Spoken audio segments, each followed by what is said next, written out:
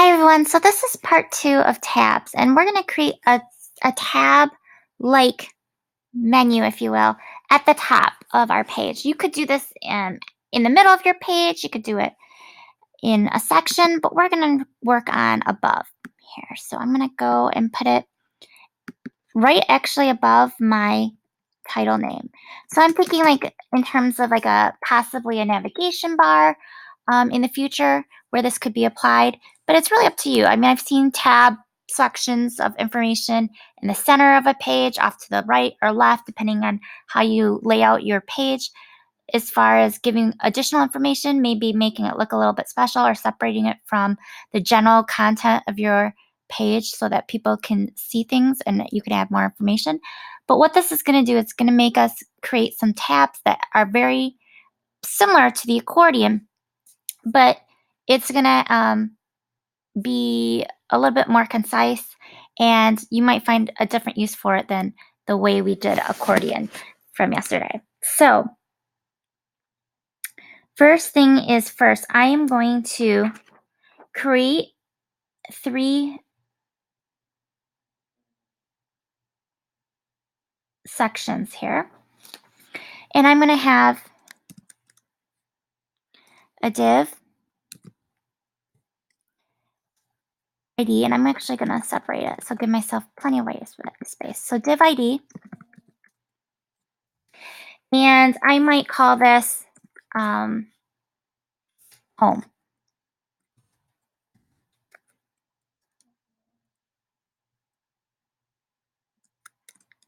And I'm going to also have an H3 in there. And I might just call home.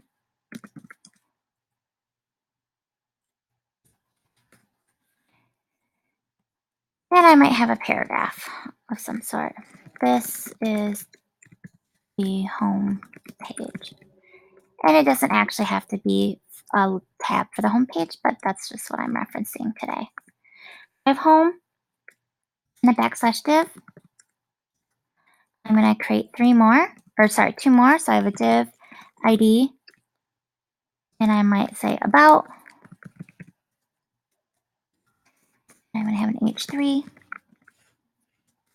about otters.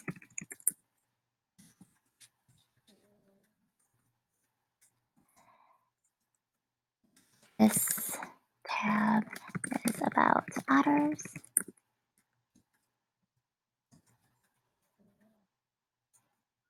And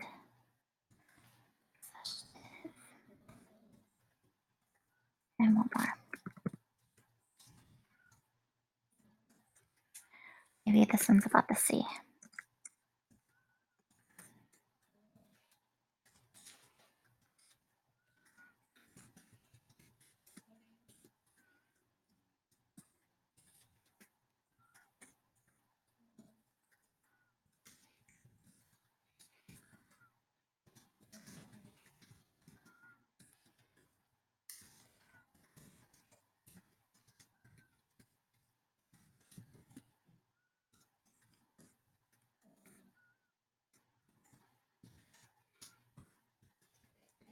Okay, and I'm going to refresh to see that it's up there. So perfect. I like it. It's exactly where I want to be. Let me quick go to my CSS and make sure I have the font that I want, because it looks kind of big. So in my body, I had my font size 24. I'm actually going to make that smaller because that's really, really large. And I might make it 18. There we go. Perfect. Okay.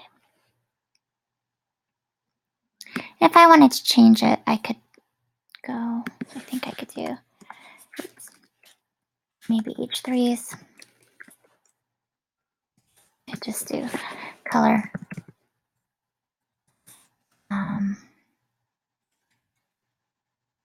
Black.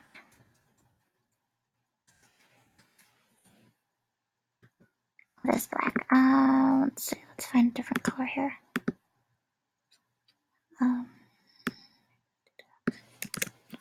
Just to kind of differentiate it.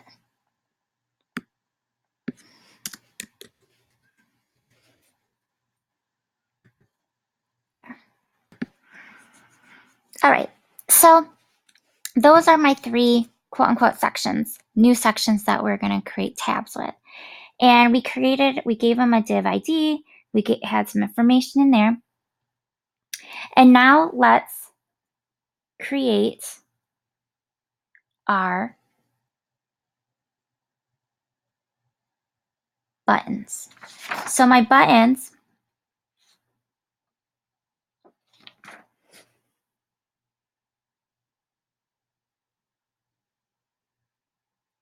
we're going to have 3. So I need to go to my HTML here. And I'm going to create 3 buttons. So I have button. I'm in my HTML and I'm doing this above the 3 sections I just did today. So I had home, about, and see, and I'm going to go ahead and create buttons above that. So button class, just like we had before. I'm going to call this tab links. And I'm going to do an on-click button equals. And I'm going to just have quotation marks for now. I'm not 100% sure exactly what I'm going to put in there until we talk about our JavaScript. So, and so that's that. And then a closing caret. And I'm going to call this, the tab's going to be called, or the button's going to be home slash button. I'm just going to give myself some space so you guys can see. Okay, so we're going to make 3 of these. So I've got 1 more, or 2 more. Button, L, class, equals, tab link. Actually, I'm going to make that plural, tab links. And I'm going to do an on click. Not yet sure what I'm going to do when I click, so I'm just leaving it open. I just having on click equals, and then quotation marks, and then a closing caret, and it's going to be about.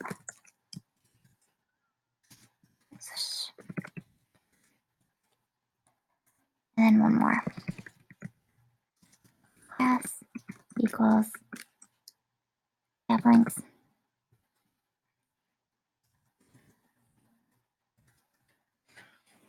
I can it's all consistent here.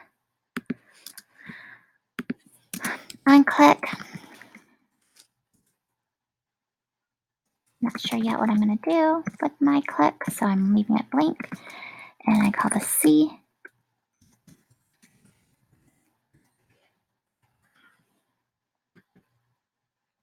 Okay, so now you see it's created 3 buttons. Nothing's happening with them quite yet, but it's getting there. All right, so let's take a look at stylizing our buttons. And to do that, I'm going to put all my buttons. So I'm going to put all my buttons that I just made into a div class. So I'm going to go up here and do a div class, and I'm going to call this tab equals quotation mark tab. And I'm going to have a closing div right here. And again, so this, I had created my 3 buttons, and I'm going to put all the buttons in a div class called tab. So that way I can do some CSS work on all 3. Okay, so let's go ahead and go to our CSS. There's my CSS. And I think I'm going to put this right below where I changed the color of my headers, above the section that I just worked on yesterday, above the accordion stuff, and even above like my fancy Miss Bauman simple site styling. So let's go ahead, and I'm going to call upon my tab class that I just created for all my buttons. So to do that, we created a class. So it's going to be a .tab. And tab was the name of the class. So I'm going to just show you guys, I'm just going to show you folks some comments here.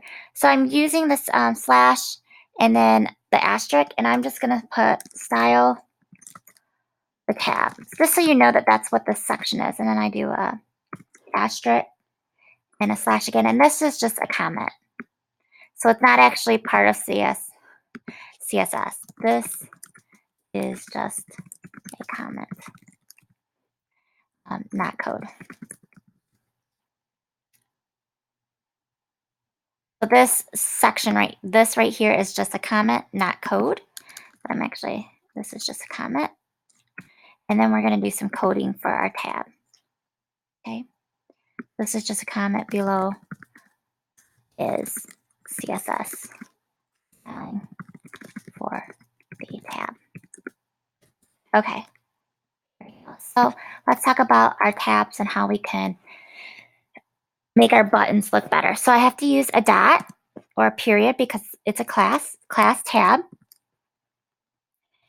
And I'm going to do a few things here.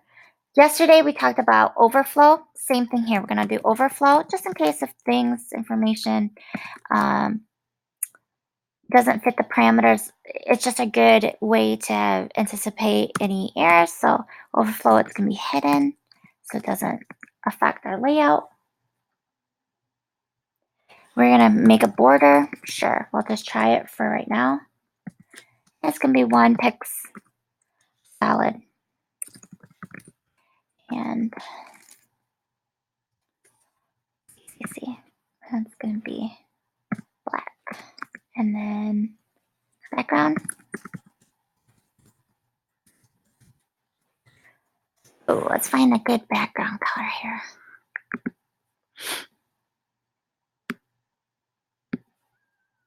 Let's see, my font is dark blue. Maybe we could go darker. Yeah. Sure, why not? Okay, and I'm just going to do, I'm gonna steal the RGB code here. And then I'm gonna have opacity. 0.7, let's see what that looks like. Save, and I'm gonna refresh. So that's part of my tab. I'm just kind of setting it up.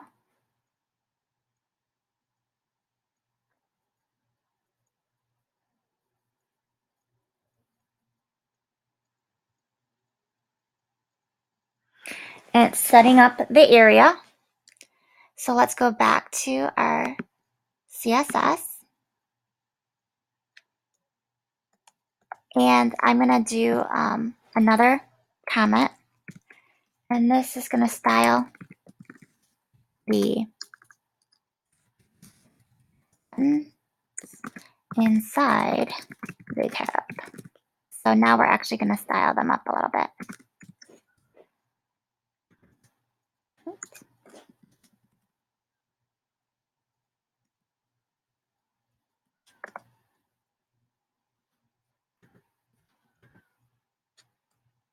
Okay, so now I need to do a dot tab,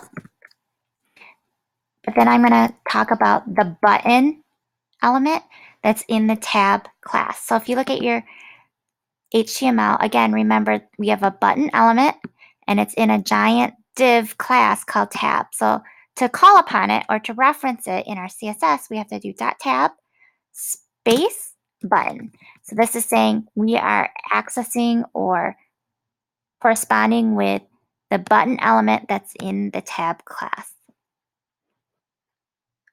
Okay, so in here, let's give a background.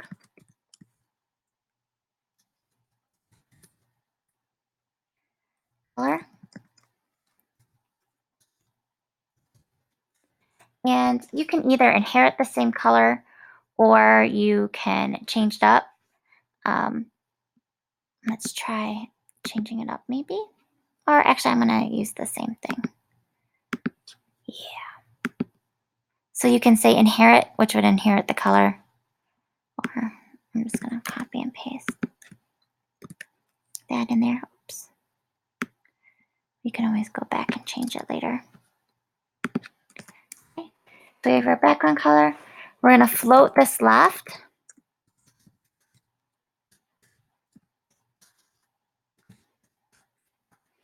Buttons. Not going to have a border, so border none.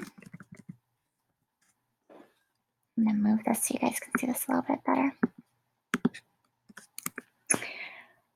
We're not going to have an outline, so let's make sure we say that. None. We are going to have a cursor though, so that way it can kind of be active or be recognized that there's going to be a cursor. It's going to be a pointer.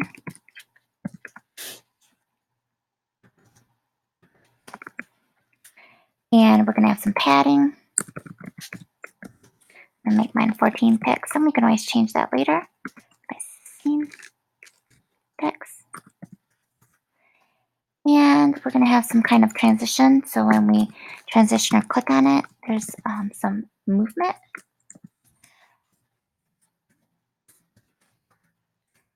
And we're going to have some font size. And I'm going to make this 17 pixels. I'm going to save.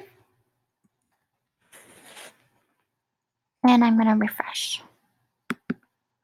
And there we go. So now our buttons have changed into more of, it looks like more of a tab. It's pretty dark, so you could actually even change the font color.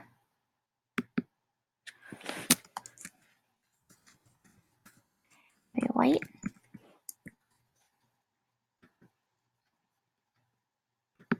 And it's sort of white just because it's opaque and it's over blue, but you'll be able to see it. And that's kind of gives you the setup for your tabs. Which now let us talk about when we hover over. So I'm gonna do some more commenting here.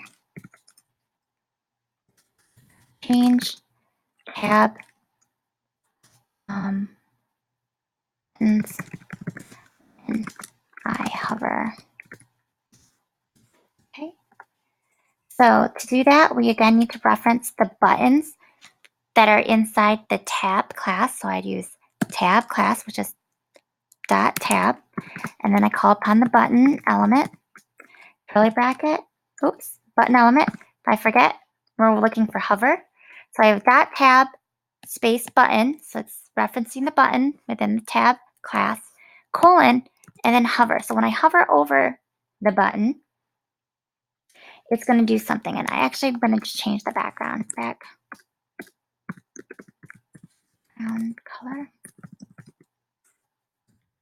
And I'm not really sure what the background color is going to be. Maybe I want it to be, let's just make it white. I'll make it easier for us. White. Save. And refresh. There we go. Actually, white's not the greatest, but I can change the font. So when I hover it, it's going to change the background color to white and the font color. So I'm going to do color. It's not going to be, let's do a dark color. Let's go ahead and make it that dark blue. Save. And let's refresh. There. And see how when I hover, it gives it, there's like a transition. It switches back and forth. My cursor, when it's over, see how my cursor becomes a finger, which means it's something that I can click. So this is the way to set up our buttons, do some CSS work, and at some point now we're going to do the JavaScript, which hides our divs inside those tabs. Okay.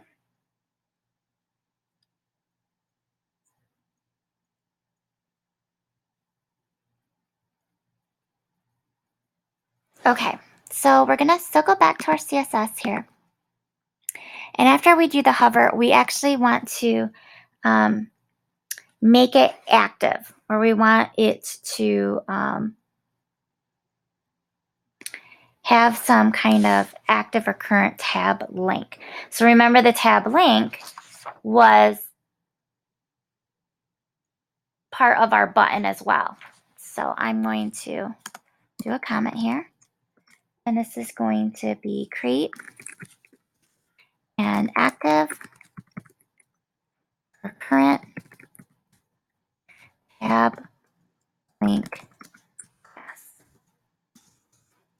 So remember, in when we created our button, we actually had that class called tab links. That's what this is gonna kind of activate our buttons a little bit. So for our JavaScript. So I'm going to do period, or tab button, because I got to include that class. And then I'm going to say .active. So we're going to be doing something when we kind of click on that button. It's going to create it, quote unquote, to make it active. And I'm going to change it to a background color so we can know what's going on. Background color when it's active.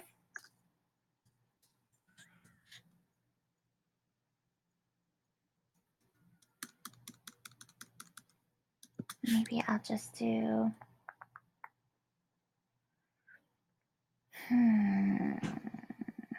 I'll just do white for now. Let's see what happens.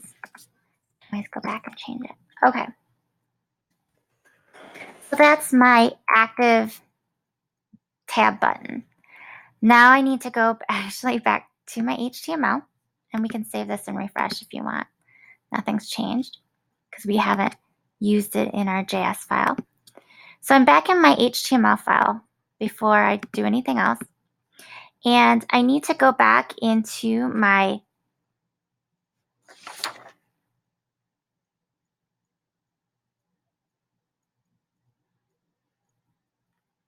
divs with my sections, my home, my about, and my see. And I'm also going to create a class for each div. So right now we have a div ID, and we have, and now we're going to have a div class. So we're going to give it an ID that's unique, and we're going to give it a general name as well. So like, I think of it as in terms of the ID is like your first name, and your class is kind of like your last name. So you could have 3 or 4 people with the same last name, but if you give them, or if you specify their first name as well, then it makes it more unique. So these div IDs are also going to have a class name, and I just go ahead and do that right inside the opening div element, or the opening div tag. It's an attribute, if you will, so it just describes the div even more. So it's going to be a class, and it's going to be called tab contents. All one word. There shouldn't be a space.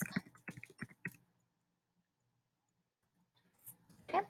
And I'm going to make sure I have that class name for every div ID that I had here.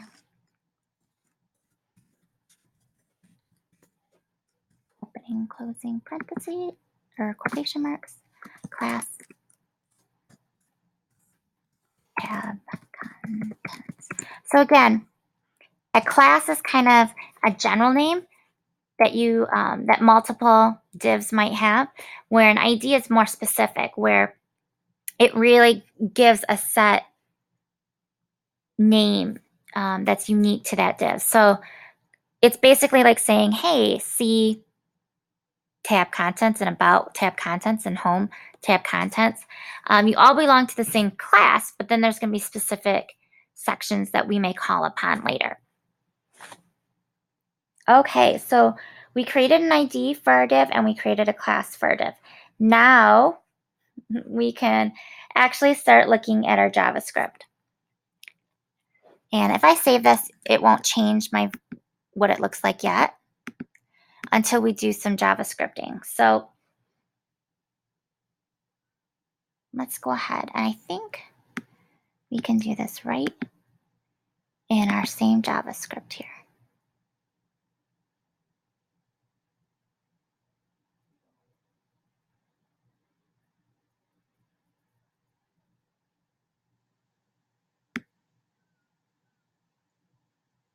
Oops, not the JavaScript I want. Okay.